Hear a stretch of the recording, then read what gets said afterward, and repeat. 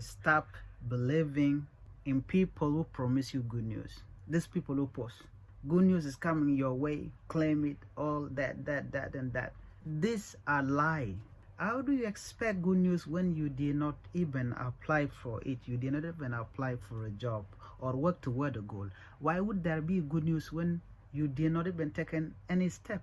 You have no opportunities. Opportunities are for those who applied and waiting for the result.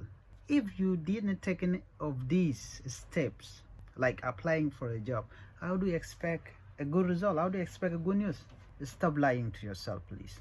Okay, get up and work, go and find job, and then good news will come. You don't have to be there on your bed saying that I'm waiting for good news, or you comment that yes, no, nothing gonna come free, man.